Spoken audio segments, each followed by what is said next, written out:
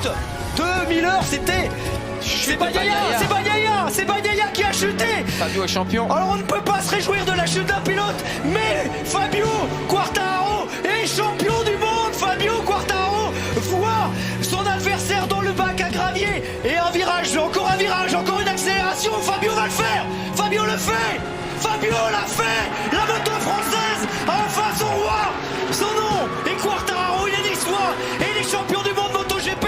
Fabio Quartararo mérite les Champs-Élysées.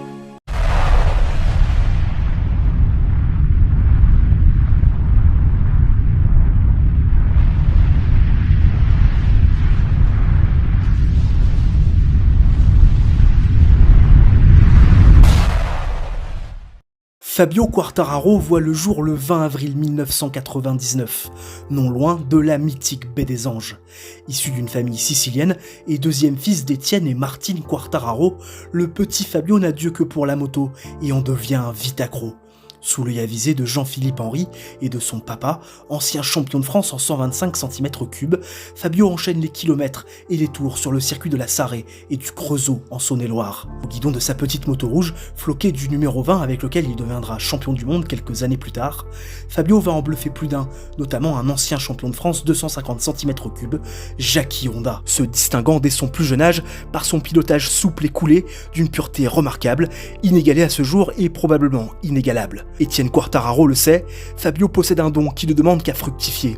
Alors dès 2007, le père et le fils traversent la France d'est en ouest pour passer la frontière pyrénéenne, direction l'Espagne et le championnat ibérique. Fabio remporte le titre dans toutes les catégories et participe ensuite au prestigieux championnat CEV.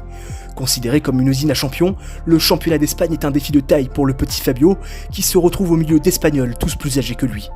Mais son talent brut, reconnu de tous, fait de lui le plus jeune champion d'Espagne en 2013 et le second pilote étranger à avoir enlevé cette couronne des mains des Espagnols. L'année suivante, Fabio récidive en remportant 9 des 11 courses du calendrier, un record.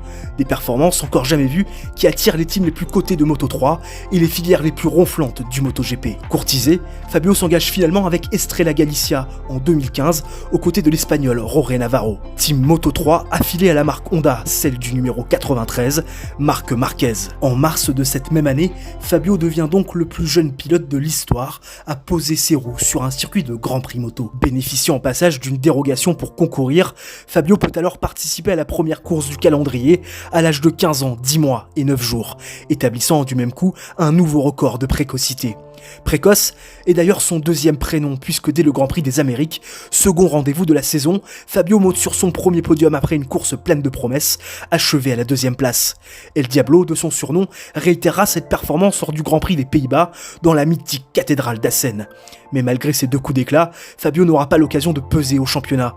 Victime d'une chute et d'une grave blessure à la cheville, il voit ses chances de bons résultats s'évaporer et un abandon pour terminer une saison plus que compliquée. En 2016, Fabio veut laisser de côté sa fin de saison difficile et comme un symbole, troque sa tenue bleu foncé pour du bleu azur, remplaçant au pied levé le champion du monde sortant, Danny Kent, promu en catégorie intermédiaire. Mais sur la moto championne du monde en titre, Fabio vit un début de saison compliqué, loin des attentes, presque inexplicable. Il faudra attendre jusqu'au Grand Prix de France pour voir Fabio décrocher son premier top 10 de la saison avec une 6ème place sur le circuit Bucati. Une saison décevante qu'il terminera à une 13ème place irréelle au championnat avec pour meilleur résultat une 4ème place en Malaisie. Que se passe-t-il pour ce prodige de la moto, talentueux et précoce, que les observateurs annonçaient comme le successeur de Valentino Rossi, 20 ans son aîné?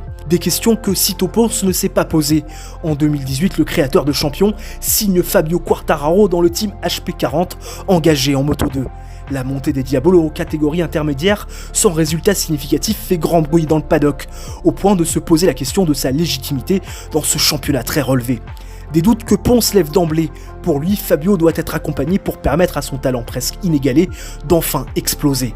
Problème, le team HP40, usine à champion, n'est pas une structure patiente et les résultats moyens de Fabio auront raison d'une séparation à l'amiable. Avec 6 top 10 pour sa première saison en catégorie intermédiaire, Fabio se retrouve donc éjecté de l'équipe de l'exigeant Sito Pons.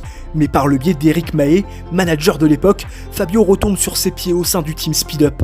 Structure familiale et bienveillante, Fabio retrouve du plaisir et des sensations, au point de décrocher sa première victoire professionnelle le 17 juin 2018 sur le mythique circuit de Barcelone lors du Grand Prix de Catalogne. Une victoire fondatrice qui verra Fabio trouver de la régularité dans ses résultats et prendre part à des bagarres intenses comme aux Pays-Bas ou au Japon face à celui qui deviendra plus tard son plus grand rival, Francesco Bagnaia. En 2019, Fabio s'engage avec le team Petronas, écurie petite sœur du team officiel Yamaha, dirigé par le légendaire Lin Jarvis. Après plusieurs refus de pilotes expérimentés, le team malaisien mise sur la jeunesse et le talent brut, incarné par celui qu'on surnommera plus tard le Petit Prince de la MotoGP. Mais selon les observateurs, le pari est osé, limite avorté, misé sur un pilote non expérimenté et pas encore titré, un choix qui déchaîne les passions et anime les discussions chez les pilotes MotoGP. Le début de saison donne raison à la critique, mais le coup de poker de Petronas semble cacher un dernier as. Au Grand Prix d'Espagne, Fabio Quartararo réalise sa première pole position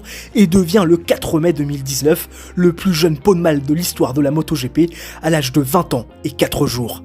Un record de précocité qui a sans doute été la clé d'une deuxième partie de saison inespérée.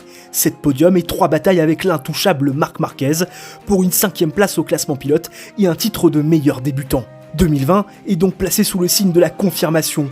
Tout le monde attend au tournant l'homme qui est considéré comme le plus sérieux concurrent de l'octuple champion du monde. Fabio est attendu et répond présent dans un début de saison rendu étrange par l'épidémie de Covid-19.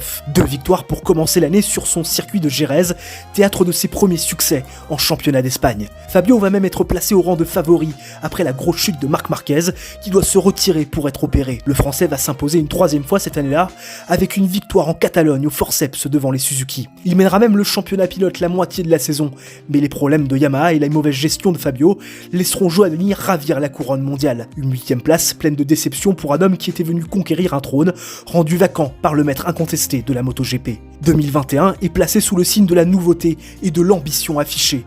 Fabio débarque dans le team usine de Yamaha avec la ferme intention d'aller chercher une couronne qui lui semble destinée. La première partie de saison est son œuvre la plus aboutie, 6 podiums dont 4 victoires et un sacre qui lui tend les mains. Mais quand le succès n'est pas loin, les problèmes commencent pour Fabio. Et ce problème a un nom, Francesco Bagnaia. Le pilote italien réalise une deuxième moitié de saison extraordinaire au guidon d'une Ducati officielle presque injouable, avec le même nombre de podiums et de victoires que Fabio lors de la première partie de saison. Mais le Français ne veut pas laisser passer sa chance, celle qu'il a gâchée l'année d'avant. Plein de confiance et de sérénité, Fabio va signer pas moins de 4 podiums et une victoire, mettant la pression sur les épaules d'un Pecco Bagnaia qui n'a pas le droit à l'erreur. Et cette erreur arriva. Sur le circuit d'Émilie-Romagne, en ce 24 octobre 2021, l'Italien alors en tête du Grand Prix part à la faute et offre le titre à Fabio sur sa première balle de match. Les images sont contrastées, l'émotion de Fabio, la déception de Pecco et l'abattement de Dall'Igna. Des larmes, des embrassades et un hymne national pour rentrer en ce jour d'automne dans le panthéon du sport français, devenant ainsi le premier tricolore titré en catégorie reine. Un sacre, des souvenirs et des émotions qui ont fait basculer ce simple moment de sport et de communion à tout jamais dans la légende.